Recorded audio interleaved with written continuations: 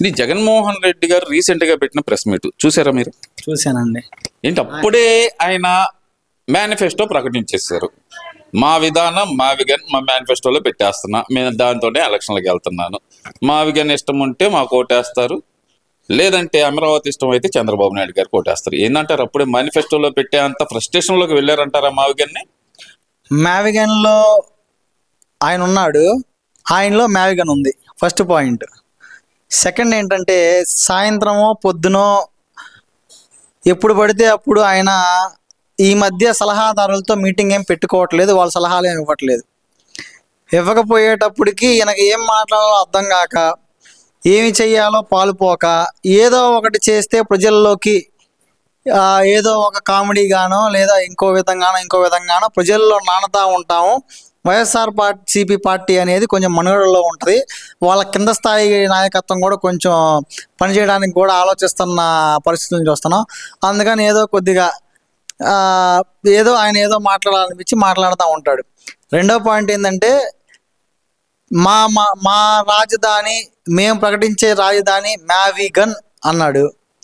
మరి పోయిన 5 సంవత్సరాలు వైజాగ్, మా కర్నూలు, అమరావతి 3 కలిపి రాజధానులు పెడతానని చెప్పాడు. గత 5 సంవత్సరాల నుంచి ఏం చేశాడు? గత 5 సంవత్సరాలు అయితే ఆయన వైజాగ్ లో బిల్డింగ్ కట్టారండి, పెద్ద బిల్డింగ్ కట్టారు. ఆ వైజాగ్ బిల్డింగ్ గురించి మన పవన్ కళ్యాణ్ గారు, మన మిట్టల్ గారు, వీళ్ళు చంద్రబాబు నాయుడు గారు చూసి అవాక్కైన సంఘటనలు చూస్తున్నాం. ఏదో బాత్రూమ్ సముద్రం వైపు చూస్తా బాత్రూమ్కి వెళ్ళే లాగా ఏదో బాత్రూమ్ కట్టుకున్నాడంట ఈయన. అది కూడా ఇదే మన చిరంజీవి రాజేంద్ర ప్రసాద్ గారి సినిమా డాడీలో అక్కడ చిన్న కామెడీ సీన్ ఒకటి ఉంటుంది. సార్ ఇదిగోని ఇట్లా మనం కెమెరా జూమ్ చేస్తాము, జూమ్ చేసినప్పుడు మీరు దాని మీద కూర్చొని జంతికలు తింటా ఉండాలి అని చెప్పి ఒక సీన్ ఉంటది. ఆ సీన్ ఏమన్నా ఇన్స్పిరేషన్ అయ్యేనా? ఎదురుగా సముద్రం చేస్తా ప్లేట్లో నూడిల్స్ పెట్టుకొని తింటా బాత్రూమ్కి వెళ్ళాలని ఏమన్నా అట్లాంటి కోరికలు ఏమైనా ఉన్నాయేమో మన జగన్మోహన్ రెడ్డి గారికి చూడాలా. అంటే ఇప్పుడు అక్కడ 3 రాజధానులు అన్నారు కాబట్టి 11 ఇచ్చారు మాకు, అందుకే మేము మావిగానే ఇప్పుడు మా ప్రధాన ఎజెండా అంటున్నారు కదా మరి వాళ్ళు. ఈసారి ఒకటి వస్తుందేమో అని నా ఉద్దేశం. అందరూ అన్నట్టుగానే ఈసారి ఒకటికి పడిపోతారేమో మావిగన్. అంటే అసలు వాళ్ళు అన్న మాటకి వాళ్ళే స్టాండ్ బై లేనప్పుడు చంద్రబాబు నాయుడు గారు వచ్చారు, ఫస్ట్ సీఎంగా పోటీ చేశారు, సీఎంగా గెలిచారు. గెలవంగానే ఎప్పుడైతే ఆయన స్టాండ్ తీసుకున్నాడో అమరావతి మన రాజధాని అని చెప్పి మన సభలో ప్రవేశపెట్టారు. ప్రవేశపెట్టిన జగన్మోహన్ రెడ్డి గారు ఏమి అపోజ్ చేయలేదే, రాజధాని మీరు ఇష్టమైన చోట పెట్టుకోండి, కాకపోతే మినిమం 30,000 ఎకరాలు గ్యాదర్ చేయండి అన్నాడు. చంద్రబాబు నాయుడు గారు పిలుపునిస్తే 35,000 ఎకరాలు ఏకదాటిగా స్వచ్ఛందంగా ఇచ్చిన ఘనత ఏదైనా ఉందంటే అది మన ఆంధ్రప్రదేశ్ రాజధాని అమరావతికే. ప్రపంచంలో ఎక్కడైనా కావచ్చు, మన భారతదేశంలో అవ్వచ్చు, ఏ స్టేట్లో చూసుకున్నా అవ్వచ్చు, అట్లా స్వచ్ఛందంగా ఏ రైతు వచ్చి భూములు ఇచ్చిన దాఖలాలు లేవు. అది ఎవరి మీద నమ్మకంతో ఇచ్చారు? చంద్రబాబు నాయుడు గారి మీద నమ్మకంతో ఇచ్చారు. సెకండ్, ఈయన వచ్చారు, ఈయనన్న మాటే రాజధానిలో నేను 30,000 ఎకరాలు మినిమం తక్కువ చూసుకుంటే ఇచ్చేసారు, అయిపోయింది. ఇంకా ఈయనకి ఏం చేయాలో అర్థం కాలేదు. తర్వాత ఏంది, ఈయన సీఎంగా గెలిచారు. మన ఆంధ్రులు చేసుకున్న పాపమో లేదా ఈయన ఒక మహానేత కడుపున పుట్టిన పుణ్యమో ఈయన చేసుకున్నది మనకు తెలియదులే, కానీ ఒకసారి సీఎంగా చేశారు.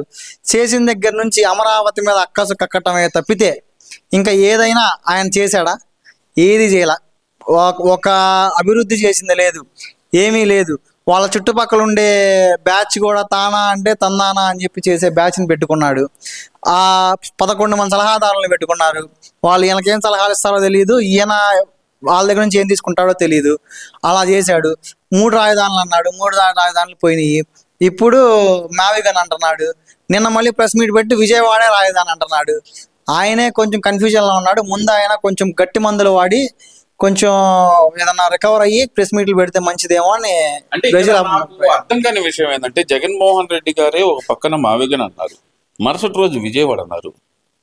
ఆ తర్వాత రోజు సజ్జల రామకృష్ణారెడ్డి గారు వచ్చి ఏకంగా దొనకొండ పెడదాం అనుకున్నాం మేము అంటూ ఆయన కొత్త కథ చెప్పుకొచ్చారు. ఏంటంటారు? వీళ్ళకే ఏదన్నా పొంతం లేదా, లేదంటే జగన్మోహన్ రెడ్డి చెప్పింది నేను ఎందుకు వినాలనే విపరీత ధోరణిలోకి వైసీపీ క్యాడర్ వెళ్ళిపోయింది అనుకోవచ్చు అంటారా? మందులు వాడటం తగ్గించారు వీళ్ళందరూ. లండన్ మందులు రావట్లా సరిగ్గా. మెయిన్ ఆ లండన్ మందుల్లో కొంత మందులు సజ్జల రామకృష్ణారెడ్డి గారు కూడా మింగే వాళ్ళేమో మనకు తెలియదు.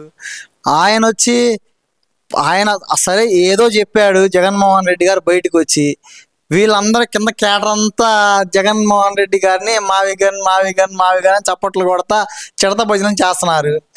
కనీసం సజ్జల రామకృష్ణారెడ్డి గారు మీడియా ముందుకు వచ్చి కనీసం ఆయన చెప్పాలి కదా, మావిగన్ అన్నారు తప్పు ఒప్పు అని ఏదో ఒకటి ఎక్స్ప్లెయిన్ చేయాల్సింది పోయి మేము దొనకొండ పెడదాం అనుకుంటున్నాం, మేము గుంటూరులో పలానా ఏరియా పెడదాం అనుకుంటున్నాం, లేకపోతే కర్నూలులో కొండారెడ్డి సెంటర్ పెడదాం అనుకుంటున్నాం అని చెప్తే ప్రజలందరూ నవ్వుకుంటున్నారు వాళ్ళ ఇది చూసి. అంటే నారా లోకేష్ గారి గురించి వైఎస్ఆర్సీపీ అధికార ప్రతినిధి కారుమూరి వెంకటరెడ్డి ఇతను మాట్లాడుతుంది ఏంటంటే కనుక తండ్రేమో అంటే ఆయన వాడిన భాష నేను వాడుతున్నాను అండి, నన్ను దయచేసి తప్పుగా అనుకోవద్దు. బాబు అప్పులు, కొడుకు ట్రిప్పులు, ఆంధ్రప్రదేశ్కి తెప్పలు. ఇది నారా లోకేష్ గారి గురించి, ఆయన చేస్తున్న విదేశీ పర్యటనల గురించి వైఎస్ఆర్సీపీ అధికార ప్రతినిధి మాట్లాడిన మాటలు. ఏం చేయాలంటారు? నిజంగానే నారా లోకేష్ గారి ట్రిప్పులతోటి రాష్ట్రం సర్వనాశనం అవుతుంది అనుకోవచ్చు అంటారా? ఎందుకంటే ఇప్పుడు దక్షిణ కొరియా పర్యటనలో ఉన్నారు నారా లోకేష్ గారు. ఆయనకేం సంబంధం అక్కడికి వెళ్ళటానికి అనేది ప్రధానంగా ఇతను మాట్లాడుతున్న మాటలు. మరి అందులో ఫస్ట్ కారుమూరి వెంకటరెడ్డి అనే వ్యక్తి ఆయన ముందు ఆయన చూసుకొని యువతల గురించి మాట్లాడితే చాలా మంచిది. ముందు వాళ్ళ నాయకుడు ఏం చేస్తున్నాడో ముందు వాళ్ళని చూసుకోమనండి. అసలు ఆయన అన్న మాటలు, ఆయన మాట్లాడే మాటలు చాలా ఇదిగా ఉంటాయి.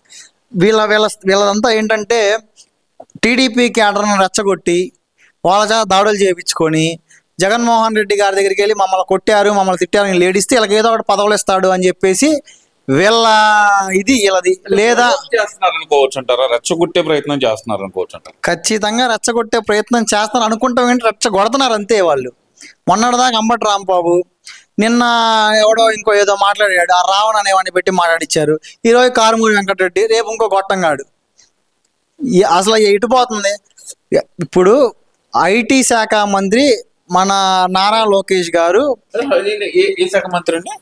ఐటీ శాఖ మంత్రి, ఎలక్ట్రానిక్ శాఖ మంత్రి, ఐటీ శాఖ మంత్రి, విద్యాశాఖ మంత్రి. ఇప్పుడు 3 డిపార్ట్మెంట్లోనే ఆయన దగ్గర ఉంటే విద్యాశాఖ మంత్రికి విదేశీ పర్యటనలు ఎందుకు అని మరి ఈయనే మాట్లాడాడు కారుమూరి వెంకటరెడ్డి. మరి దానికి ఏం చెప్తారు? అసలు ముందు ఆ కారుమూరి వెంకటరెడ్డి అనేవాడిని తెలుసుకోమని చెప్పండి. ఎన్ని శాఖలు ఎంతమంది దగ్గర ఉన్నాయనే ముందు తెలుసుకోమని చెప్పండి. తెలుసుకున్న తర్వాత మాట్లాడితే మంచిది. విద్యాశాఖ మంత్రి నారా లోకేష్ గారి, ఐటీ శాఖ మంత్రి నారా లోకేష్ గారి, ఎలక్ట్రానిక్ శాఖ మంత్రి నారా లోకేష్ గారి, 3 శాఖలకి ఆయనే మంత్రి. ఇవన్నీ ఫస్ట్ తెలుసుకొని మాట్లాడితే మంచిది. ఏమీ తెలుసుకోకుండా విద్యాశాఖ మంత్రి అక్కడికి వెళ్ళడం ఏంది, ఇక్కడికి వెళ్ళడం ఏంటంటే పెట్టుబడులు తీసుకొని రావాలనే ఉద్దేశం ఉండాలి, కానీ ఏ మంత్రి ఎక్కడైనా వెళ్ళి తీసుకొని రావచ్చు. అంటే మాకైతే ఎదురొచ్చి పెట్టుబడులు పెట్టారు వైజాగ్ లో అంటున్నారు కదా. సమ్మిట్లో 1000 కోట్ల పెట్టుబడి తీసుకొని వచ్చారు, మాకు ఎదురొచ్చారు, మేము ఎక్కడికి వెళ్లకుండా, అది జగన్మోహన్ రెడ్డి గారి దమ్ము అంటున్నారు. మరి వాళ్ళు ఎక్కడికి వెళ్లకుండా ఎట్లాంటి వాళ్ళు వచ్చారో మనం చూసాం. పోయినసారి వాళ్ళు ఎక్కడికి వెళ్లకుండా ఇదేంది పంచే కిట్లు, భోజనాల కోసం కొట్టుకునే పెట్టుబడి పెట్టే వాళ్ళని తీసుకొని వచ్చారు వీళ్ళు. మళ్ళీ నూడిల్స్ బండ్లు, ఫిష్ మార్ట్లు, పప్పులు, ఉప్పులు ఇవన్నీ తీసుకొచ్చేది. ఏది కుర్రోళ్ళు ఎవరికి ఉద్యోగాలు రావట్లేదంటే మటన్ కొట్టుల్లో పెడతాం, డిగ్రీ చదువుకున్న వాళ్ళని 5,000 ఇచ్చి వాలంటీర్లుగా పెడతాం, 20,000 ఇచ్చి సచివాలయాల్లో ఉద్యోగాలు ఇస్తామంటే ఎన్నాళ్ళు ఇస్తారు, ఎంతమందికి ఇస్తారు, ఎంతమంది ఊరక పంచుతారు డబ్బులు మీరు చెప్పండి. కారుమూరి వెంకటరెడ్డి అనేవాడు ఇంకా మనోడి గురించి మాట్లాడటానికి మాటలు ఉండవు. ఇంకొకసారి ఇట్లాంటి మాటలే కనుక మా చంద్రబాబు నాయుడు గారు కానీ, మా లోకేష్ అన్న కానీ, వాళ్ళ కుటుంబం సభ్యుల్ని కానీ, మా కూటమిలో ఉన్న ఏ నాయకుడినైనా సరే మాట్లాడితే ఇంకొకసారి మాట్లాడి చూడమనండి, చూద్దాం.